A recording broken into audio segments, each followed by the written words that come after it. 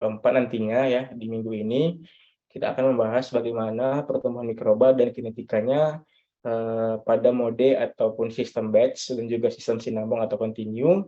Baru nanti sebelum UTS di pertemuan ke-6 dan ke-7 kita masuk ke stoikiometri mikroba ya, dan yang terakhir kita masuk ke kinetika enzimatik mikroba. Nah, untunglah kemarin ya, di pertemuan 1 dan 2 itu kita sudah bahas ya, bagaimana kedudukan bioprosesnya dalam teknik kimia ya, seperti yang kemarin, apa tugas dari insinyur bioproses, apa yang membedakannya dengan teknik kimia gitu ya, apa kelebihannya. Kemudian kita juga sudah belajar sekilas mengenai pertumbuhan mikroba itu apa, sumber-sumber mikroba, bagaimana cara untuk me-remove mikroba dari atau menghitung jumlah mikroba per liter cairan gitu ya, itu semua sudah kita bahas di pertemuan 1 dan kedua gitu. Nah, tapi mungkin banyak juga waktu yang tersita untuk membahas enzimatik kemarin gitu ya. Mungkin, di pertemuan terakhir kita bisa menggabungkannya dan bakal lebih mudah untuk, penjabaran materinya karena memang untuk dasar-dasarnya sudah kita sampaikan di awal perkuliahan. Nah, kemudian, di pertemuan kedua minggu lalu ya, atau 3 minggu yang lalu, kita di tanggal 13 ya tepatnya itu, kita sudah banyaklah, cerita mengenai enzimatik gitu ya. Nanti, bisa kita gunakanlah, dasar-dasar tersebut untuk penyampaian materi ya, untuk lanjutannya atau advancing-nya di pertemuan ke-6 dan ke-7. Oke, sekarang kita akan buka slide ketiga kita ya.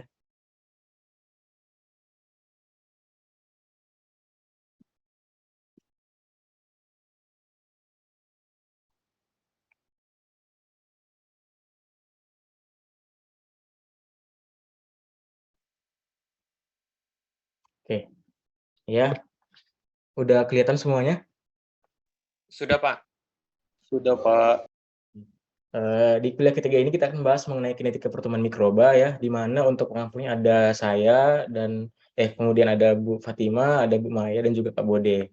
Nanti ini disebar lagi ya, saya dan Pak Bode masuk ke kelas A dan kelas C ya, sedangkan Bu Fatima dan Bu Maya masuk ke kelas B dan D.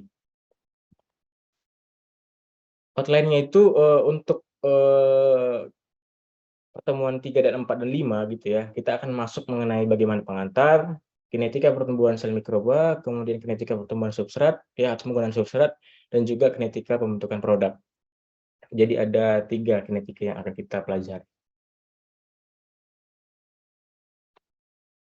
Nah, ini pengantar ya, jadi di sini ada unlimited growth, atau pertumbuhan yang tidak terbatas gitu ya.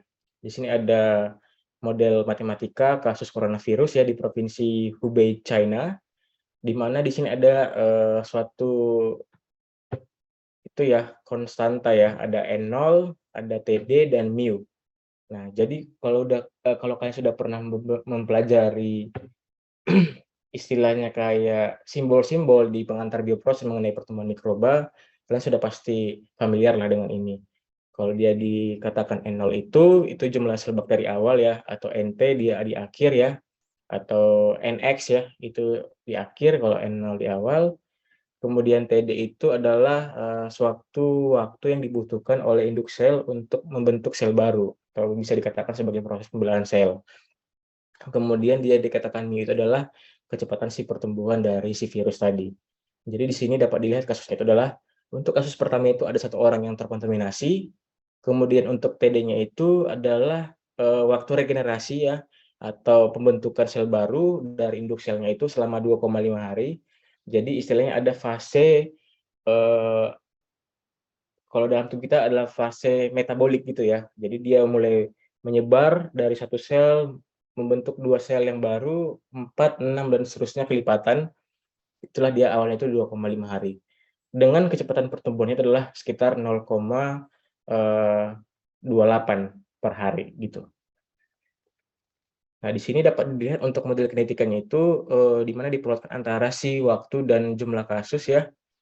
Di sini, mengalami fase log ya di sini, di awal dari 0 sampai sekitar 7 hari di sini ya, dan dia mulai mengalami yang namanya fase eksponensial ya. Dia akan naik ya dengan N0 sama dengan 1 di sini ya, 1 karena dia satuannya 10⁴ ya, jadinya dia tidak terlihat diandaikan sebagai 0 di sini. Kemudian kalau di yang bentuk warna merah dia sudah mengalami yang pertama itu dia 100 di sini ya, udah mulai 100. Kemudian juga ada yang NO untuk yang warna hijau di 150. Nah, ini dia untuk bentukannya. Nah, di sini dapat dilihat bahwa ada fase log dan juga fase eksponensial. Karena memang ini kejadiannya masih terus berlanjut ya dan sedang berlangsung, maka kita tidak bisa melihat hasil akhir di sini. Jadi masih ada beberapa fase lagi ya, ada fase stasioner dan juga fase kematian yang belum didata.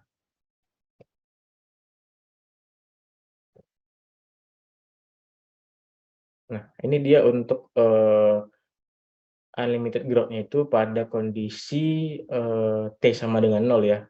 Nanti bisa kita lihat berapa jumlah biomasanya. Kemudian selama berlangsung proses pertumbuhan, kita akan juga bisa melihat berapa jumlah biomasa setelah waktu T.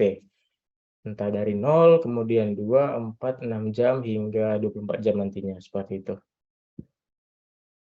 Jadi inilah tadi kan sudah dijelaskan juga nih, pertumbuhan spesifik maksimum ya di sini, tinggal rumus adalah μmax sama dengan ln2 dibagi dengan TD. Artinya setiap ada perubahan waktu itu kita bagi dengan si waktu yang dibutuhkan untuk induk sel dapat bergenerasi.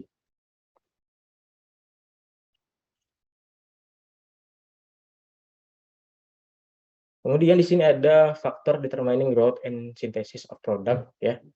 Di sini ada pertumbuhan tak terbatas. Pada T sama dengan 0 jumlah sel adalah 1 unit gitu ya. Waktu pengadaan adalah 0,33 jam.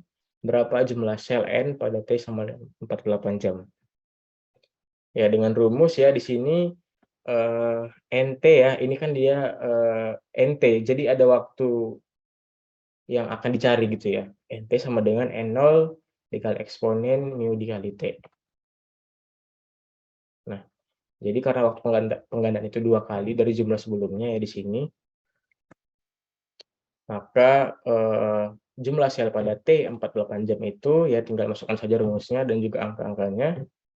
NT sama dengan 1 dikali eksponen mu tadi ya 2,1 dari sini ya pakai rumus yang tadi ln2 dibagi dengan TD waktu penggandaan, dapatlah dia mu-nya tinggal dikali dengan waktu yang ditanya pada 48 jam, maka diperoleh sekitar 6,12 kali 10⁻43 sel. Jadi jika satu sel masanya 10⁻−12 gram, maka massa total sel adalah 2,23 dikali 10⁻31 gram.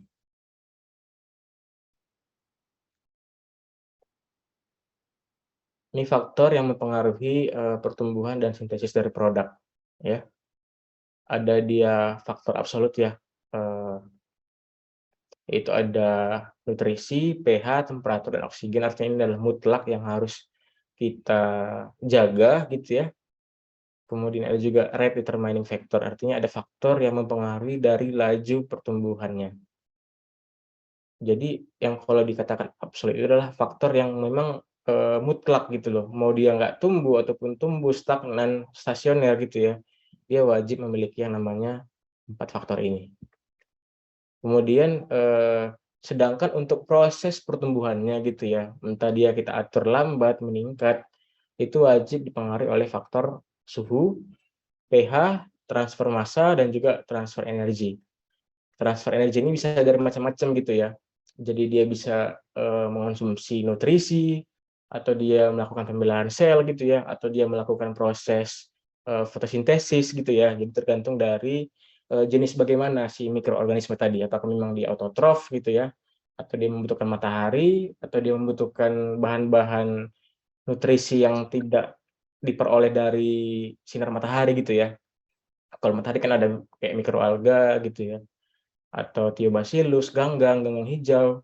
Kalau misalnya dia tidak butuh matahari, kita bisa melakukan yang namanya proses creation gitu ya. Kita akan coba modifikasi dari si mikroorganisme tadi gitu. Ini dia kurva pertumbuhan dari si mikroba tadi ya. Ini ada fase lag, logaritmik, stasioner, ada dead phase. Nah, sebelum kita masuk di sini ya, kira-kira ada nggak yang bisa memberikan sedikit perbandingan lah, perbedaan dari keempat fase ini, gitu. Misalnya nih, fase lag itu apa gitu ya, kondisinya bagaimana, pada saat log phase bagaimana kondisinya gitu ya, pada saat stasioner bagaimana kondisinya.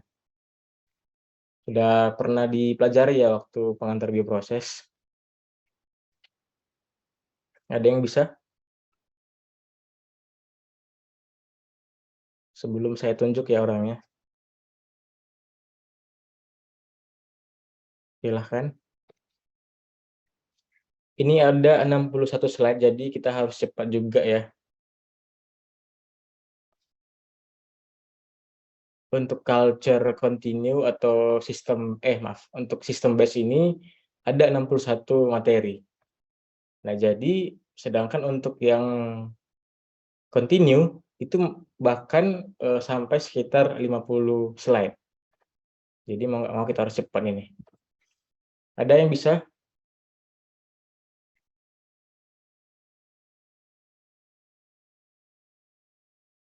Izin mencoba, Pak. Oke, silahkan Ivan.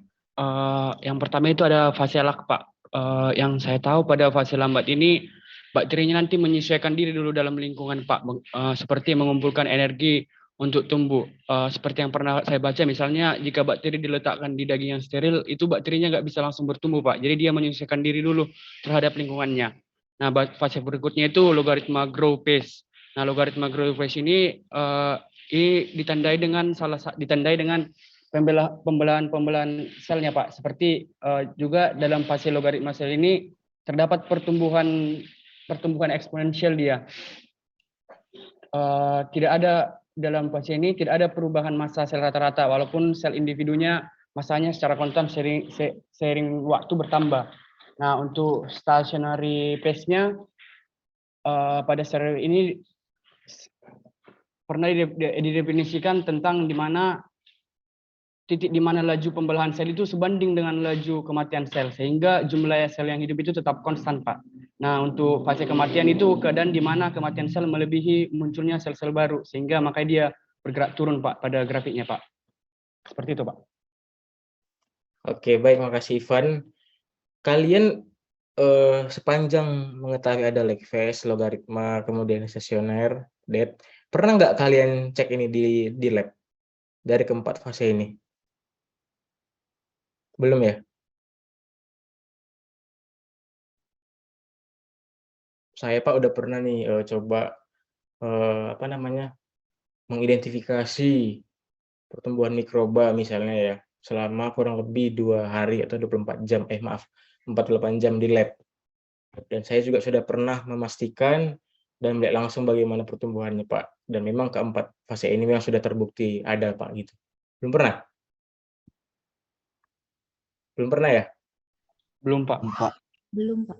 Nah, jadi ya kekurangan kita ya. Jadi kita udah belajar jauh-jauh gitu ya, belajar kinetika, belajar pertumbuhan, tapi di lab sendiri ya kita tahu ya belajar cuman alkohol, pembuatan tempe gitu ya. Jadi sekarang kurang standar lah gitu. Nah, jadi ini sebenarnya udah saya pernah cek sendiri ya. Itu di luar bukan di USU ya. Itu kemarin saya cek di UKM di Malaysia dan juga di tempat saya kerja kemarin sebelum jadi dosen.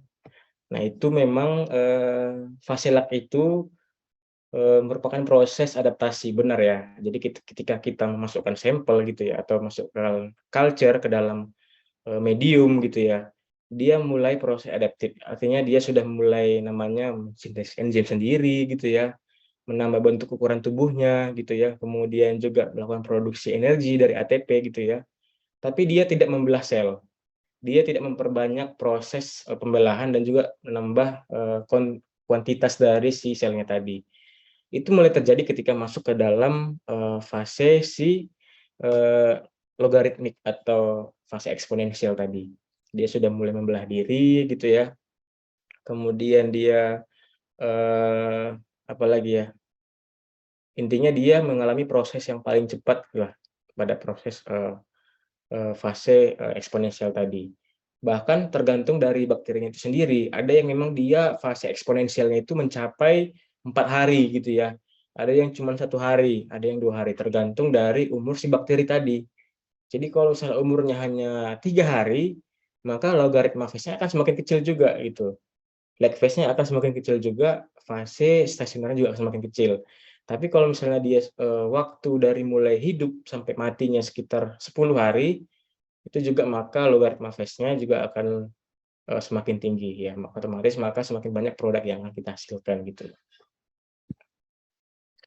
Jadi kalau misalnya kita bicara mengenai mikroba gitu ya, kita kalau teknik kimia itu dia tidak membahas mengenai bagaimana kita bisa membuat enzim, penisilin gitu ya, bakteri penisilin, enggak. Itu ranahnya bidang teknik biomedis atau kedokteran gitu ya, atau farmasi. Nah, kita itu cenderung menghasilkan produk yang dapat kita jadikan ke produk yang lain gitu ya. Misalnya kita mau sintesis apa ya? Misalnya nih mikroalga jadi biodiesel. Nah, artinya kita perlu yang namanya menggandakan atau culturing, membudidayakan si mikroba tadi, si mikroalga tadi. Jadi kita memang ranahnya lebih ke fungsionalnya tadi ya, bukan dari fungsi misalnya kayak membuat penisilin gitu ya, itu bukan ranah teknik kimia.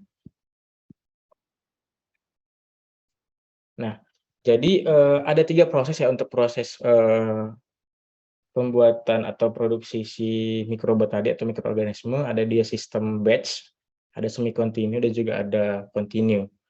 Nah, di sini akan kita pelajari bagaimana pengaruh dari kedua sistem, yaitu batch dan continue, terhadap kelangsungan, efisiensi, dan juga kecepatan dalam proses ya, kuantitas, kualitas, dan juga kecepatannya juga ya dalam proses pertumbuhan mikrobanya.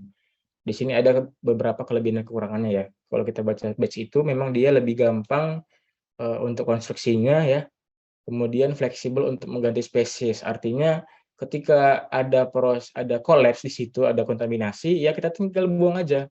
Buang, kemudian sterilisasi lagi tangkinya, lalu kita buat atau kita culture lagi media yang baru.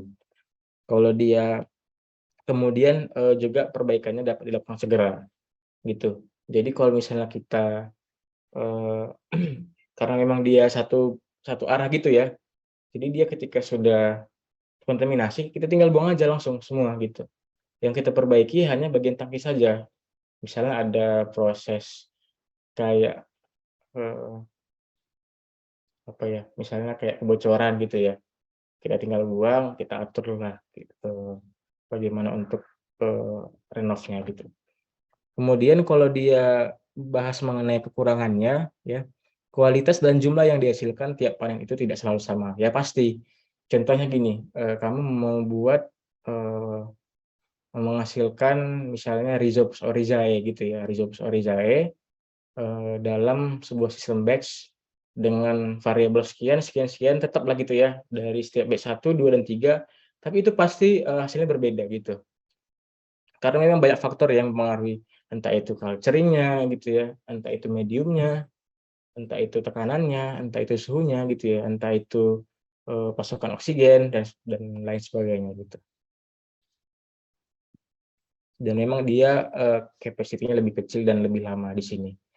Bisa saja untuk batch itu dia memakan waktu sampai 2 hari untuk proses culturing-nya gitu. Mungkin maksimal lah itu sekitar 5 hari, tapi dia memang rata-rata itu sekitar 2 hari.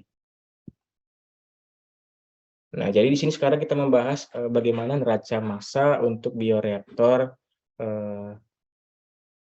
batch ya. Ada dia di sini neraca massa, kemudian ada neraca massa penggunaan atau konsumsi substrat gitu ya. Kemudian ada juga neraca massa pembentukan produk atau metabolit.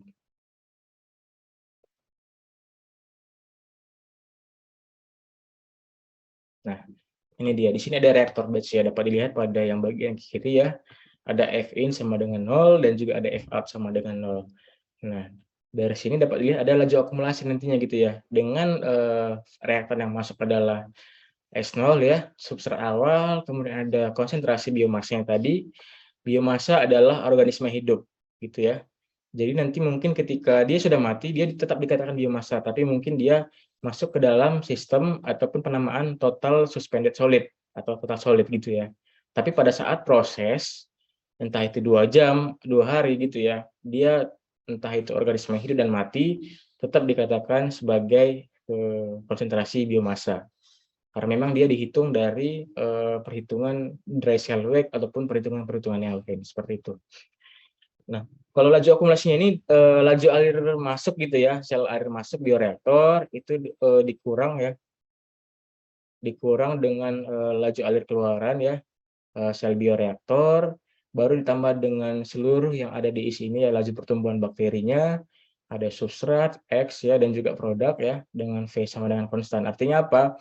Pada proses ini tidak ada laju air bakteri yang masuk dan keluar, gitu ya. Sehingga F0 sama dengan F, sama dengan 0. Sehingga apa? Karena memang dia tidak ada masuk dan keluar, maka dianggap bahwa volume tetap atau konstan. Dan dengan hal tersebut, mengasumsikan bahwa kita harus mengabaikan laju kematian bakteri. Ya, di mana lajunya itu kita anggap sebagai RD ya, RD atau red death sama dengan 0, sehingga persamaannya menjadi di sini ada ya, Rx tadi ya, dx per dt sama dengan Rx. Ya, ini dia ada masuk dan keluarnya.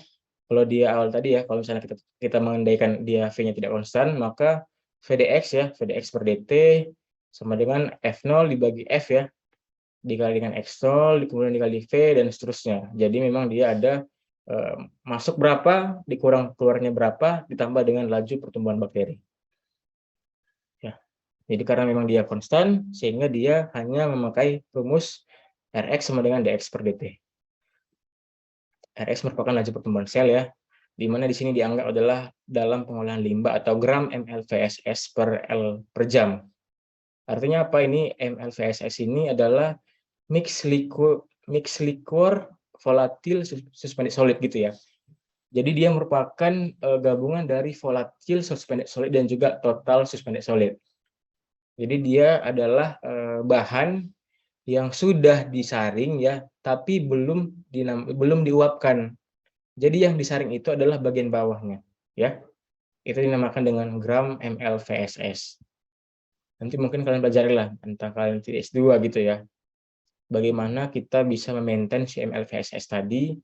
Misalnya kita melakukan proses pengolahan limbah, ya, kita merancang suatu instalasi pengolahan air limbah dengan ml/VSS masuk sekian gitu ya, dengan VSS sekian, dengan volume sekian, coba rancang instalasi pengolahan air limbah dengan volume sekitar 100 meter kubik. Bagaimana perhitungan Anda? Nanti semua akan dibahas di situ. Waktu tinggal, COD5 gitu ya, BOD5, itu semua akan dibahas.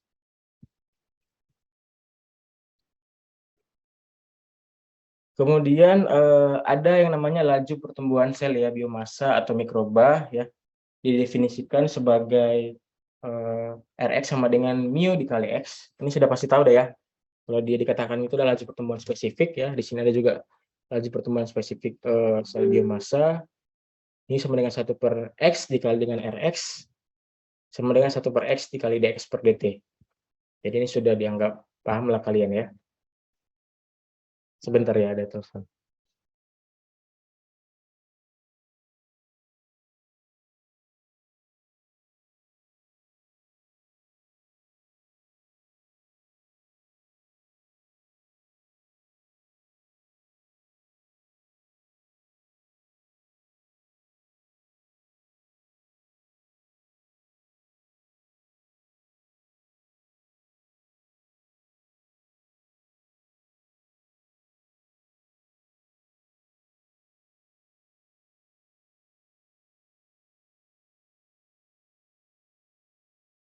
Oke, kita lanjut lagi ya.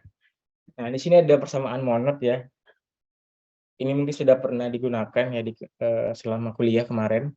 Ada mu sama dengan mu m dikali S per Ks tambah S ya. Ada persamaan logistik juga di sini. Mu sama dengan 1/X dikali dx per dt sama dengan K dikali 1 dikurang X dibagi dengan X tak terhingga ya. Kemudian ada juga beberapa equation atau persamaan yang lain di sini, tapi yang paling sering digunakan adalah yang dua ini, gitu ya. Entah dia mau melihat kinetika mikroba pada apa namanya ya, fermentasi limbah cair tahu ya menjadi biogas, menjadi bioetanol, itu semua bisa menggunakan monod dan logistik. Kalau di monod itu dia berdasarkan si pertumbuhan laju degradasi substrat dibandingkan dengan laju produk ya. Kalau dia membahas mengenai logistik dia lebih jauh lagi. Kita harus mengetahui berapa perbandingan selisih setiap dari proses satu waktunya gitu ya, pertumbuhan 1, kedua, dan ketiga. Nanti baru kita bandingkan dengan si konsentrasi si biomasanya tadi, bukan dari si substrat ya. Kalau yang tadi kan mengenai substrat, sedangkan yang logistik adalah pertumbuhan si biomasanya. Ini dia laju pertumbuhan sel. Tadi ini udah ya. Ini dia model kinetika monod ya. Dia lebih mengarah ke substrat. Mu adalah mikroba, konsentrasi substrat ya. Mu M adalah laju pertumbuhan spesifik dan Ks adalah konstanta kejenuhan. Nanti untuk mendapatkan mu M-nya ini, setelah kita plot antara si X dan si Y, maka dapatlah nanti slope. Itulah yang dinamakan dari mu M. Tapi kalau misalkan menggunakan Excel, itu sudah langsung dapat gitu ya, dari persamaan di Y sama dengan A tambah BX. Jadi nggak perlu lagi cari slope. Jadi lebih gampang. Nanti kalau misalnya ada tugas-tugas, ya saya suruh nanti ngerjakan dari Excel pun boleh ya, ataupun dari menggunakan kertas grafik juga boleh.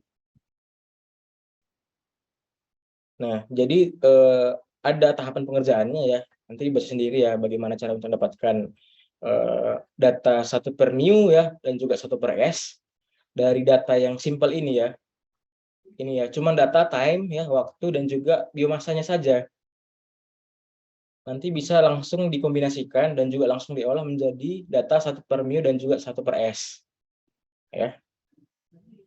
Ini dia rumusnya, 1 per mu sama dengan Ks per mu M dikali dengan 1 per S tambah dengan 1 per mu M. Nanti dari sinilah nanti bisa diperoleh apa rumus 1 per mu atau intercept ya. Ada juga untuk slope-nya juga berapa ya. Itu semua sudah pasti diketahui. Nah, tadi kan diketahui itu 1 per mu max adalah intercept. Kalau slope juga Ks per mu max, dan juga untuk kurva Y ada sumbu Y ada 1 per mu, dan juga untuk sumbu X ada 1 per S. Slope-nya tinggal ini ya, segitiga, tinggal dikurangkan saja ya. Jadi antara si konsentrasi dan juga si substratnya tadi berapa selisih masing-masing gitu. Ini dia untuk rumusnya ya, Y sama dengan MX tambah C. Jadi dengan dapat X-nya ini, inilah yang dinamakan sebagai mu M. Paham ya? Penentuan growth rate Rx dari data. Nah, ini dia tadi yang seperti dari bahas tadi ya, Rx sama dengan dx per dt karena dia V konstan, dan juga tidak ada alir masuk dan alir keluar ya. Kemudian diferensiasi numerik ya, kalau misalnya ada data, tinggal masukkan saja Rx sama dengan X3 dikurang X2 dibagi T3 dikurang T1. Sangat gampang ya. Ini dia contohnya, ada data ya, sekitar 18 titik lain ya, dari 0 sampai 17, X-nya dari 0,1 sampai 14, kita diminta untuk menentukan laju pertumbuhan biomasa atau dx per dt. Kemudian kita diminta untuk menghitung berapa laju pertumbuhan spesifik biomasa atau mu. Kalau untuk laju pertumbuhan biomasa ya tinggal masukkan saja Rx sama dengan dx per dt ya. Ini dia. Dengan kurva Rx dan waktu dapatlah dia grafiknya pertumbuhan mikroba pada fase eksponensial. Ya. Dari dapat Rx maka dapatlah mu-nya, sama dengan Rx per X gitu ya. Dapat mu-nya. Baru masukkan mu tadi ke rumus, ini sama dengan 1/X dx per dt sama dengan Rx per X. Nah, kemudian laju pertumbuhan spesifik maksimum itu adalah mu(x) sama dengan 0,2985. Dapat dari mana? Tinggal diplotkan ini, ya, nanti dapat persamaannya di situ. Dengan mu rata-rata adalah 0,296. Tinggal dimasukkan saja ke dalam Excel, atau nanti kalau bisa pakai ini aja, rumus segitiga. Nanti dapat dia slope-nya, dapat dia mu(x)-nya.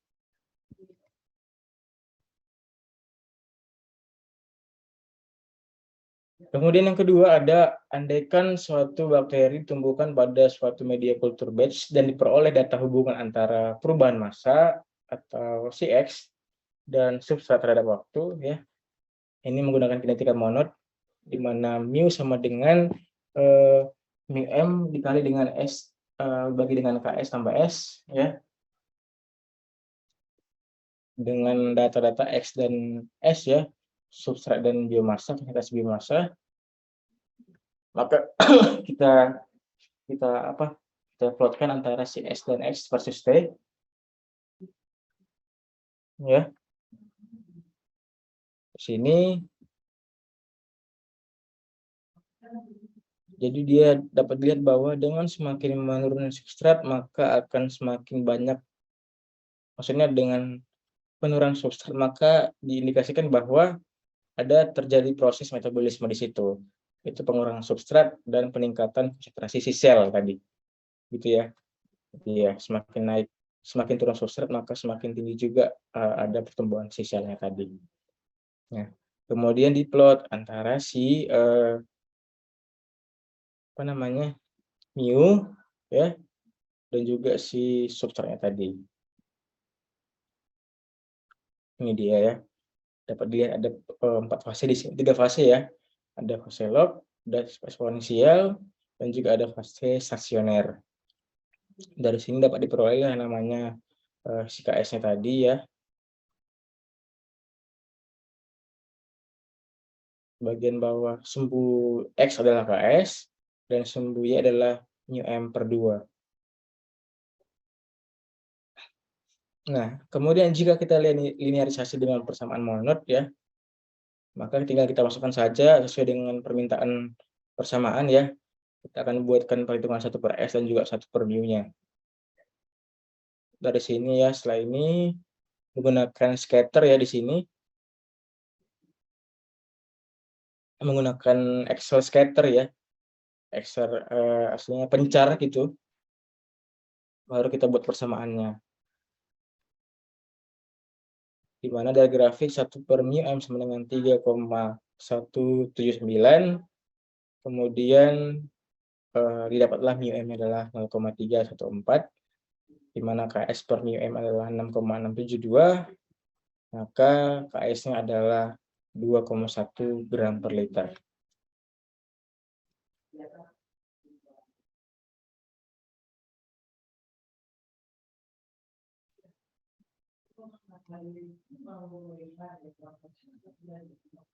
Oke, sampai di sini apakah ada pertanyaan?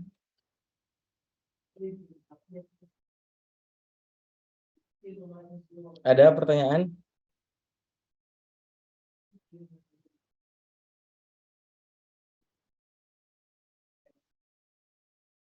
Nggak ada? Oke, kalau nggak ada kita lanjut lagi, ya. Nah, di sini dia untuk perbandingan nilai mu(m) dari literatur, ya. Ada waktu pengendalian dan laju pertumbuhan spesifik itu untuk organisme bakteri, kemudian hamir, ada kapang, dan juga sel tanaman. Dengan waktu penggandaan 0,3, 1,53, dan 24. Nah, di sini jelas, ya. Dengan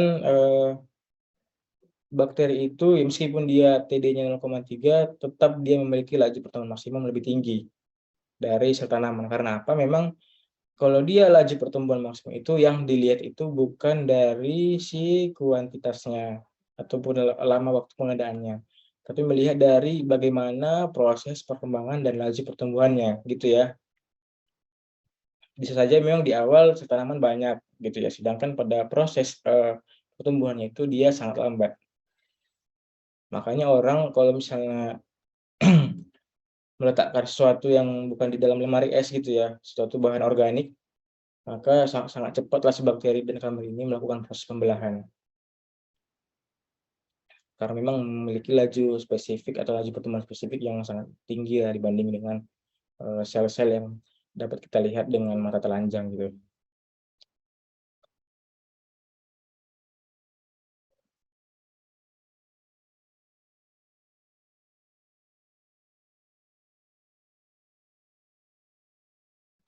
Oke. Ini ada substrat ya, ada glukosa, ribosa, metanol, amoniak, magnesium, dan juga sulfat.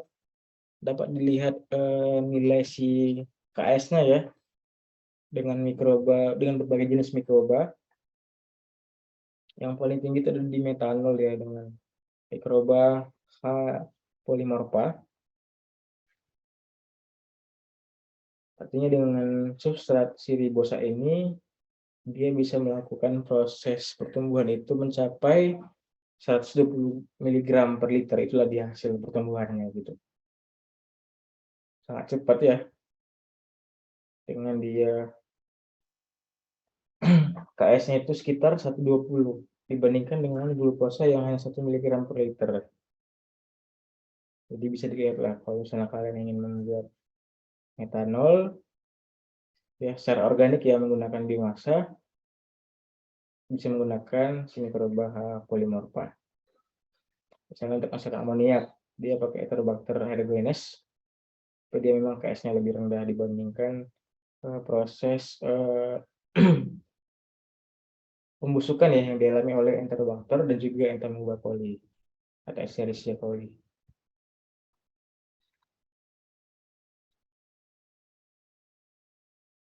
Ini dia untuk penentuan parameter kinetika monod ya.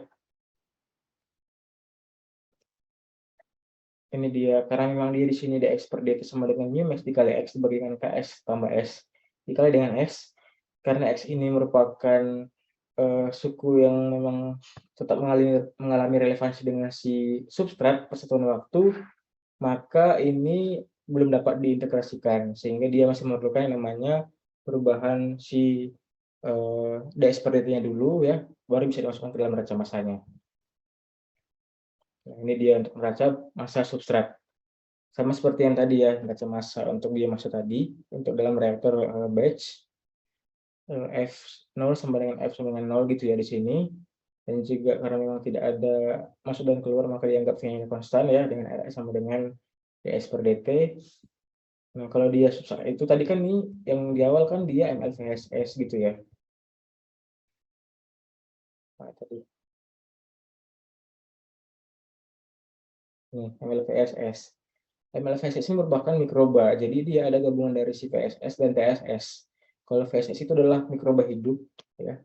Jadi kalau misalnya kalian tidak memiliki alat untuk menganalisis MLVSS dalam mikroba, ya gitu ya. Misalnya kalian ingin proses fermentasi limbah cair tahu menjadi etanol ataupun menjadi biogas gitu ya. Bisa kalian lihat pertumbuhan itu menggunakan parameter VSS atau volatile suspended solid. Gitu ya. Tapi kalau misalnya kalian ingin melihat organisme yang mudah mati gitu ya, yang sudah jadi suspend gitu ya, dalam yang sudah memang ke bawah gitu, tidak ada mengalami proses lagi, yang udah mati, dia menggunakan TSS, total suspended solid gitu. Ini dia untuk mikroba atau biomasanya gitu ya. Sedangkan untuk yang ini, yang substrat menggunakan COD. Ini merupakan dianggap sebagai nutrisi lah, atau kita anggap sebagai makanan gitu lah. Jadi kalau ada mikroorganisme untuk tetap hidup, maka dia harus mengonsumsi makanan. Jadi dia dianggap sebagai COD. COD ini tergantung dari jenis biomasanya gitu ya. Ada yang memang dia COD-nya sangat tinggi ya, sangat polutan, misalnya limbah cair sawit, itu COD-nya sekitar kurang lebih dari 40.000 mg per liter sampai dengan 120.000 mg per liter. Jadi kalau tidak diolah, itu akan sangat berbahaya bagi lingkungan dan akan menyebabkan yang namanya gas rumah kaca. Ada yang memang dia lebih rendah lagi, misalnya limbah cair tahu. Itu paling di angka 20.000 sampai 30.000 mg per liter. Ada yang lebih rendah lagi, misalnya kalau kita mengolah air limbah domestik di rumah-rumah gitu ya.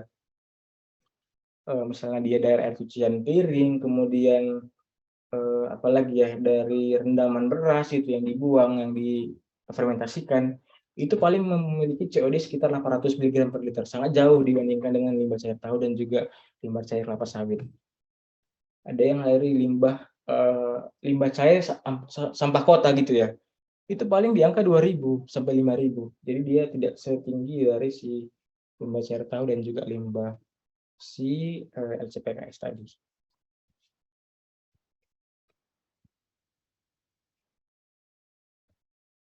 Ada juga koefisien yield. Jadi selain kita melihat prosesnya yang tadi ya, kita harus lihat juga apa sih produknya gitu ya. Bagaimana sih rendemennya yang dihasilkan, tinggi nggak ya? Berapa per berapa dibandingkan dengan substrat yang sudah diolah gitu ya. Nah ini dia. Kinetika rendemen biomasa ini umumnya digambarkan lebih lanjut dengan mendefinisikan parameter terkait secara stokiometri. Di mana misalnya ini koefisien pertumbuhan mikroba gitu ya, yieldnya Y sama dengan X per S, artinya Y laju pertumbuhan biomasa yang dihasilkan dibagi dengan laju konsumsi substrat. Artinya ada biomasa yang nambah dan juga substrat yang kurang. Karena kurang itu maka diindikasikan sebagai negatif ya. Jadi Rx per minus Rs. Sehingga Dx per minus Ds. Ini dia untuk yang bagian yield ya. Artinya masih dalam bentuk biomasa. Masih kita anggap sebagai initial parameter dan juga intermediate parameter. Bukan produk gitu ya. Ada lagi yang namanya YP per S atau Y produk per substrat. Jadi nanti dia bukan Dx per Ds atau dia jadi Dp per minus Ds. Gitu ya. Kalau dia dianggap Dx per minus Ds ini dia artinya ada proses selisih gitu ya. Jadi dia dianggap Xt dikurang dengan X0 gitu ya, dibandingkan dengan S0 dikurang S. Kalau dia produk, dia tinggal diganti P-nya aja. P dikurang P0 dibagi dengan S0 dikurang S. Untuk organisme yang tumbuh secara anaerobik pada glukosa, Y X per S umumnya 0,4 sampai 0,6 gram per gram. Artinya 0,4 lah yang dihasilkan si mikrobanya tadi dibanding dengan 1 gram substrat yang diolah. Ini merupakan hasil yang sangat bagus ya. Artinya hasilnya itu adalah 1:4 atau 1:6 gitu. Maaf, 1:0,4 banding 1 dengan 0,6. Jadi sudah ada efisiensi sekitar 40-60% konversinya gitu ya, dan juga yieldnya. Kemudian untuk kebanyakan ragi atau yeast dan bakteri, pertumbuhan anaerobik jauh lebih tidak efisien. Benar ya, kalau misalnya kita menggunakan ragi, yeast dan bakteri, tapi dalam tanda kutip yang tidak merugikan ya, maka kita baiknya itu mengolah secara aerobik gitu ya. Jadi kalau misalnya kalian yang tidak, kalau misalnya bakteri yang tidak, apalagi yang untuk tidak dikonsumsi gitu ya, itu baiknya menggunakan sistem yang anaerobik. Karena memang dengan proses ini, saya yakin bahwa ini pasti prosesnya lebih cepat dibandingkan aerobik. Karena memang dengan kondisi limbah yang sangat tercemar, sebuah mikroorganisme anaerobik itu mampu mengolahnya itu paling sekitar 30 hari lah untuk prosesnya. Kita akui bahwa kalau dia proses anaerobik itu memakan waktu yang lebih lama, sedangkan aerobik memakan waktu yang lebih singkat, tetapi ada tapinya ya. Tetapi memang dia hanya mengolah limbah dengan konsentrasi yang lebih rendah lah dikatakan dari si mikroorganisme anaerobik.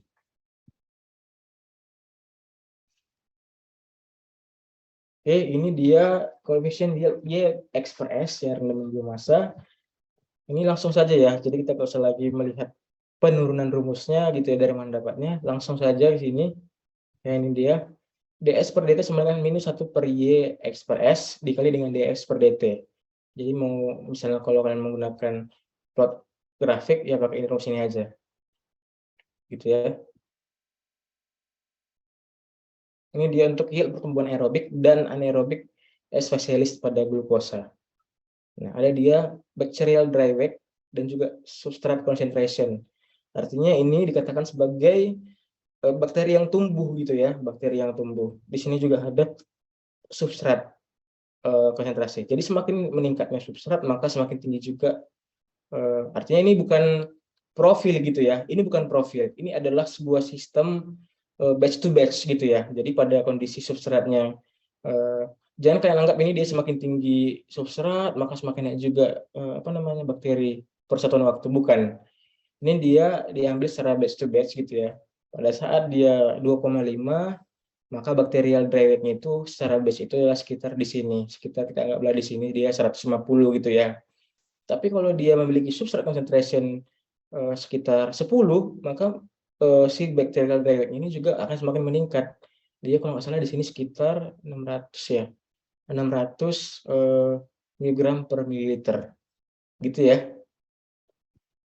Di sini ada anaerobik dan juga aerobik, tapi tetap dalam konteks ya, aerobik ini untuk bakteri yang tidak merugikan gitu ya.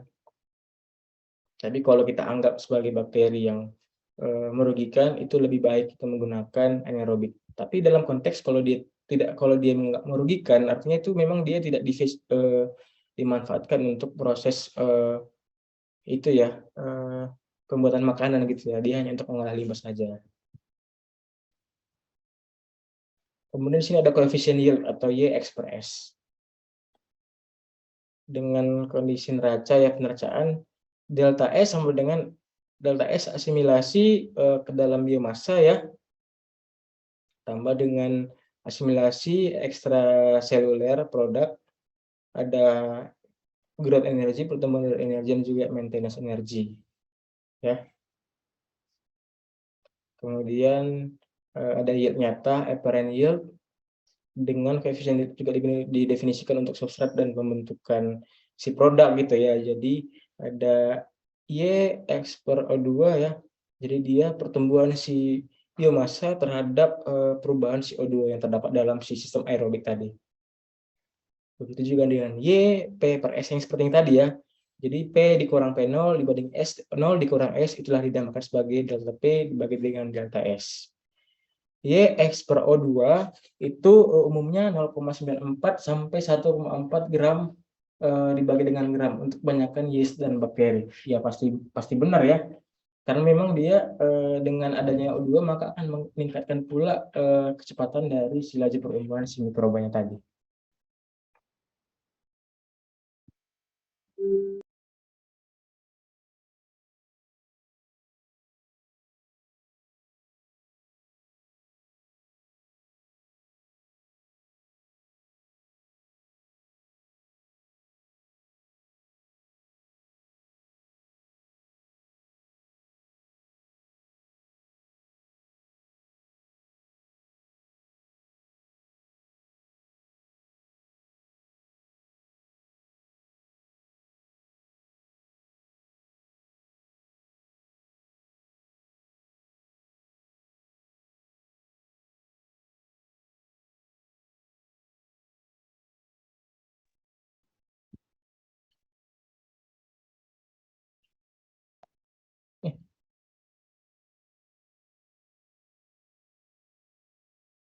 Oke, ya. Tetapi untuk substrat yang mudah tereduksi gitu ya, misalnya CA4, nilai YPS jauh lebih rendah.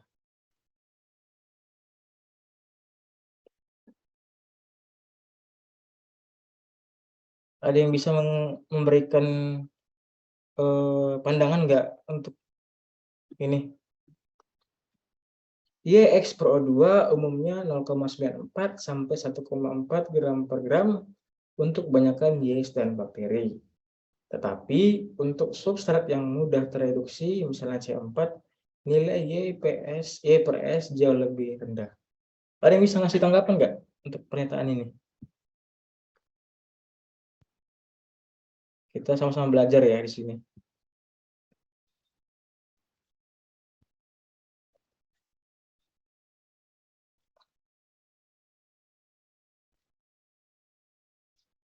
Yang tahu saya kasih nilai plus.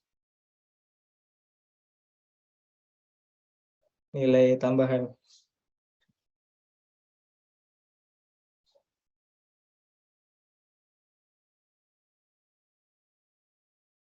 Coba saya tanyakan Manda Sipayung, ada orangnya?